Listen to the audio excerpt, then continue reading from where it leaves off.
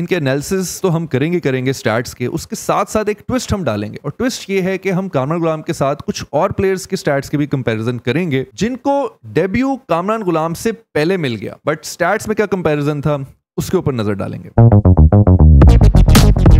Hello viewers, I am Amad Mir and welcome back to another episode जहां पर हम analysis करेंगे एक प्लेयर का। और आज जिनका केस सामने आया है दैट इज कामरान गुलाम, जो कि हैं गुमनाम। तो आइए नजर डालते हैं और आप लोगों को थोड़ा सा इंट्रोडक्शन देते हैं कि कौन है ये और क्यों इनके ऊपर आज हम ये वीडियो बना रहे हैं। अगर आप लोगों ने ये पिक्चर देख लिया तो शायद आप लोगों को याद आ गया हो कि यार ये तो वही प्लेयर है जिसने अभी हाल ही में चैंपियंस कप में 3 मैचेस में 2 सेंचुरियां मारी। तो हम इसके ऊपर क्या डिस्कशन करना चाह रहे हैं, नजर डालते हैं। केपीके से इनका ताल्लुक है और अंडर 19 का इनका करियर है, बड़ा ही सॉलिड किस्म का, बड़े अरसे से जो है डोमेस्टिक सर्किट के अंदर मौजूद हैं। तो आप ये सोच रहे होंगे कि यार बड़े एक यंग टैलेंट है, ऐसा बिल्कुल भी नहीं है, because he is 28 years old. तो आपका फिर अगला सवाल ये होगा यार अगर ये 28 ईयर्स ओल्ड हैं तो फिर इतनी बुढ़ी एज के अंदर जो है वो कैसे डेब्यू करेंगे। बट पहली बात, अब जो एवरेज एज एक बैट्समैन की है रिटायर होने की वो आगे जा चुकी है, अनलेस अनटिल कोई इंजरी या कोई परफॉर्मेंस में ऐसा इशू ना हो। दूसरी बात ये, हमारे जो प्लेयर्स हैं जैसा कि मिसबा जो हैं वो पहले आए थे इंटरनेशनल क्रिकेट में, बट काफी अरसे बाद उन्होंने दोबारा कम बैक किया था at a very later age, और उसके बाद एक अच्छा करियर जो है वो छोड़ कर गए हैं जिस पर उन्होंने एंड किया है। यासिर शाह दूसरी साइड पे एक और एग्जाम्पल है जिन्होंने लगभग इसी एज के अंदर जो है वो डेब्यू किया था पाकिस्तान के लिए और अच्छे अपने साल जो हैं वो गुजारे थे। एंड एक इंपॉर्टेंट चीज ये है कि अगर मेरे पास कोई ऐसा प्लेयर है जिसकी ठीक है एज 28 ईयर्स की है बट एक बड़ा सॉलिड बैट्समैन है जिसको मुझे इंटरनेशनल क्रिकेट के अंदर इंक्लूड करना चाहिए, तो I will happily take him. Even though अगर मुझे लगता है यार उनके सिर्फ 2-3 साल ही पड़े हैं करियर के, I will happily take that player, because 2-3 साल में मेरा वर्ल्ड कप, 2-3 साल में मेरी टेस्ट चैंपियनशिप जो है वो सेट हो सकती है।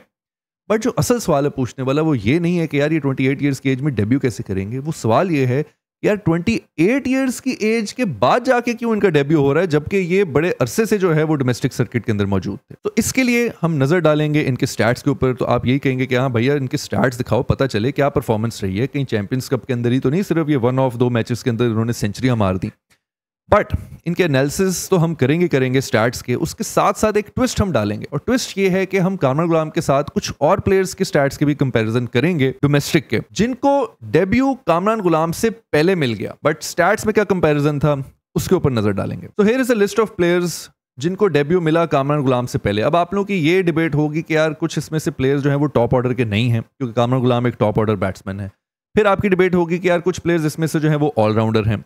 तो सबसे पहली बात कि यार जो करंटली टॉप ऑर्डर बैट्समैन रहे हैं स्पेशली टेस्ट मैच और वनडे में, उन्होंने ऐसा क्या उखाड़ लिया कि इनको इन स्टैट्स के साथ जो है वो मौका नहीं दिया जा सकता। दूसरी बात, ऑलराउंडर्स की जो है, इनमें से मोस्टली जो ऑलराउंडर्स हैं वो यही नहीं पता कि बैटिंग ऑलराउंडर है या बॉलिंग ऑलराउंडर है, क्योंकि पाकिस्तान का भी यही इशू रहा है काफी अरसे से कि उनको एक प्रॉपर ऑलराउंडर नहीं मिला है।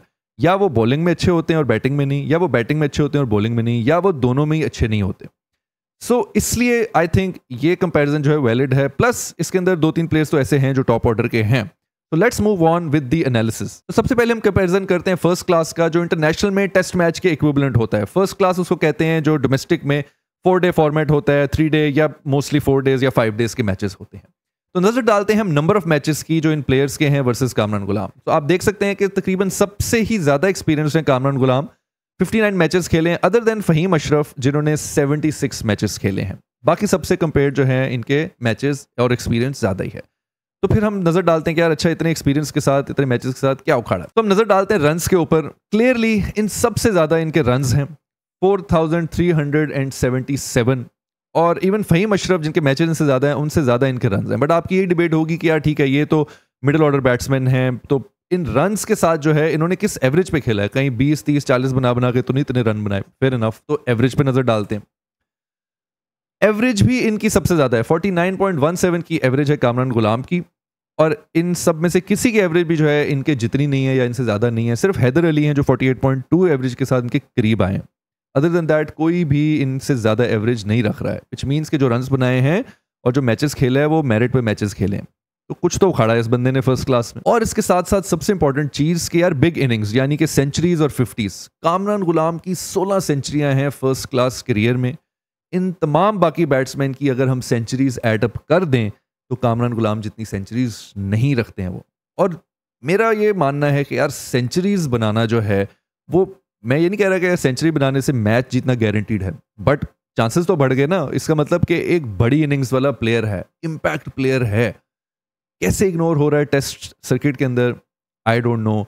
इन सब प्लेयर्स को चांस मिला है बिफोर कामरान गुलाम, क्यों, आई डोंट नो। अब हम आ जाते हैं लिस्ट ए के कंपैरिजन के ऊपर। List A is basically limited over format, जो इंटरनेशनल में जिसको ओडीआई कहते हैं, उसमें डोमेस्टिक में लिस्ट ए होता है जो 40 या 50 ओवर्स का होता है। मैचेस पे नजर डालते हैं। अगेन कामरान गुलाम सबसे ज्यादा एक्सपीरियंस्ड हैं, other than Mohammad Nawaz this time, जिनके 110 मैचेस हैं। बाकी सबसे लगभग ज्यादा एक्सपीरियंस रखते हैं कामरान गुलाम। ऑलराइट, तो इतने मैचेस खेल के क्या उखाड़ा है। रन्स पे आ जाते हैं। नो सरप्राइज, रन्स भी सबसे ज्यादा हैं क्योंकि मैचेस भी ऑलमोस्ट इन्होंने ज्यादा ही खेले हैं। वेरी गुड, बट किस एवरेज के साथ खेले हैं अब आप ये सोच रहे होंगे, तो कहीं अगेन वही बात तो नहीं है जो फर्स्ट क्लास में हम कंपैरिजन में सोच रहे थे। तो एवरेज पे नजर डाल लेते हैं। इन तमाम प्लेयर्स से जो ओडीआई का डेब्यू कर चुके हैं इधर, उन सबसे ज्यादा एवरेज कामरान गुलाम की है, जिनको अभी तक कोई ओडीआई डेब्यू नहीं मिला है। ये अभी रिसेंटली सिर्फ 2023 के अंदर, वो भी 2023 के एंड में, नवंबर में आई थिंक, जब न्यूजीलैंड आई थी तो उधर स्क्वाड में रखा गया था, बट डेब्यू नहीं मिला है। क्यों, दैट इज द क्वेश्चन। कौन इसका जवाब देगा, I don't know. Big innings की बात करें अगर इन लिमिटेड ओवर फॉर्मेट के अंदर, तो आप देख सकते हैं ये ऑरेंज के अंदर जो है वो 50s हैं, हाफ सेंचुरी, और ब्लू के अंदर जो है वो सेंचुरीज हैं। कामरान गुलाम की 8 सेंचुरियां हैं। इन सब प्लेयर्स की अगर सेंचुरीज एड अप कर दें, कामरान गुलाम जितनी सेंचुरीज नहीं हैं, और 50s भी सबसे ज्यादा स्कोर की हैं इन्होंने। अगेन बिग इनिंग प्लेयर हैं, 100 मारते हैं, बड़ी इनिंग्स खेल सकते हैं। यही तो प्लेयर चाहिए हमें यार, जो बड़ी इनिंग्स खेल सकें, जो टिक सकें। जो हम कहते हैं कि यार for example let's suppose Babar का कोई साथ नहीं देता है, रिजवान का कोई साथ नहीं देता है, कभी फखर जुड़ जाता है, सिर्फ ये 3 बैट्समैन मुझे लगता है हमारे पास, इनका कोई साथ नहीं देता है। ऐसे प्लेयर चाहिए जो साथ दे सकें, बट बाकी सबको चांस मिला डेब्यू का, कामरान गुलाम को नहीं मिला। और इसके अलावा भी प्लेयर्स हैं, मैंने सिर्फ कंपैरिजन में ये प्लेयर्स इंक्लूड किए हैं। इसके अलावा भी और बेतहाशा प्लेयर्स हैं जो जब से कामरान गुलाम डोमेस्टिक के अंदर हैं, उनके साथ ही डोमेस्टिक में होंगे, डेब्यू शेब्यू करके फारिग भी हो गए होंगे, बट कामरान गुलाम को चांस नहीं मिला है। T20 डोमेस्टिक की अगर बात करें, जो बेसिकली डोमेस्टिक का 20 ओवर मैच होता है, इंटरनेशनल में जिसको T20I बोलते हैं, 2020 मैचेस। नेचुरली अब क्योंकि ये T20 प्लेयर नहीं है, तो आप देख सकते हैं कि 73 मैचेस खेले हैं और तकरीबन सबसे ही कम खेले हैं अदर देन आमिर जमाल। सो ठीक है, विच मीन्स के रन्स भी जिस पे अब हमने नज़र डाल दी है ऑब्वियसली मेक सेंस के कम है, बट उस कंपैरिजन में फिर भी जो बाकी प्लेयर्स जिन्होंने मैच खेले इतने ज़्यादा कम भी नहीं है। बट ये देखते हैं कि यार बाकियों ने, उन्होंने किस एवरेज पे ये रन्स बनाए हैं। And this is a big shocker. ये वो तमाम बाकी प्लेयर्स हैं, बैट्समैन हैं या ऑलराउंडर्स हैं, जिनको T20 स्पेशलिस्ट कहा गया एक टाइम पे, और उन सब की एवरेज डोमेस्टिक में कम है कामरान गुलाम से, but still they got a debut and Kamran Ghulam didn't. Why? Big innings की अगर हम बात करें तो इनमें से किसी ने भी एक भी सेंचुरी नहीं मारी है T20 डोमेस्टिक पे। Kamran Ghulam still has 1 century and again he is a big inning player. भाई स्टैट्स बोल रहे हैं, मैंने तो नंबर उठा के आपको प्रेजेंट कर दी, मेरी पुप्पी का बेटा तो नहीं है Kamran Ghulam. What is happening? और इन सब की 50s भी अगर आप देखें तो एट पार ही है ऑलमोस्ट। ऐसा नहीं है कि बहुत कम 50s की हैं, 50 स्कोर की हैं। वो T20s में ज्यादा 50s ही होती हैं। सो केस इन पॉइंट के after all these stats Kamran Ghulam को अभी तक जो है वो डेब्यू का चांस क्यों नहीं मिला, जबकि इन सब प्लेयर्स को जो है चांस मिला है डेब्यू का। मैं ये नहीं कह रहा कि ये प्लेयर्स बुरे हैं, ये अच्छे प्लेयर्स हैं, इन प्लेयर्स की भी जरूरत है, लेकिन अगर इनको चांस मिल गया ऐसे स्टैट्स के साथ, तो कामरान गुलाम ने ऐसा कौन सा गुनाह किया था कि इनको एक दफा भी मौका नहीं दिया गया? And these are the questions that we should be asking as fans. और ये वो क्वेश्चंस हैं जो पीसीबी की मैनेजमेंट के अंदर भी जो हैं वो फ्लोट हो रहे होने चाहिए, ना कि हम खींचातानी करें, ना ही हम एक प्लेयर को पकड़ के जो है वो रोस्ट करना शुरू कर दें और हम ब्लेम गेम करें, करप्शन और फेवरेटिज्म। और जब तक हम जो है वो टॉक्सिसिटी पॉलिटिक्स से बाहर नहीं निकलेगी, स्पेशली पीसीबी जो है, तो आई थिंक किसी भी प्लेयर को जो है वो मेरिट पे चांस नहीं मिल सकता। ऐसे कंट्रीज जिनकी पॉपुलेशन पाकिस्तान के एक शहर जितनी भी नहीं है, उधर से टैलेंट जो है वो निकल के आ रहा है। कैसे? बिकॉज वो मेरिट पे खिला रहे हैं। तो जब तक पाकिस्तान मेरिट पे नहीं खिलाएगा, कोई ट्रॉफी घर नहीं आएगी तो वो लक होगी और 1-2 प्लेयर्स की जो है वो कारनामा होगा उसके अंदर अंजाम। अनफॉर्चुनेटली मेरिट पे जो है वो लाया ही नहीं जाता है प्लेयर्स को। और ट्रस्ट मी, इतना कंपटीशन है, बिकॉज ये अभी कामरान गुलाम एक प्लेयर हमारे सामने आया है, ऐसे कितने कामरान गुलाम होंगे जो अभी हमारी नज़र से नहीं गुजरे हैं।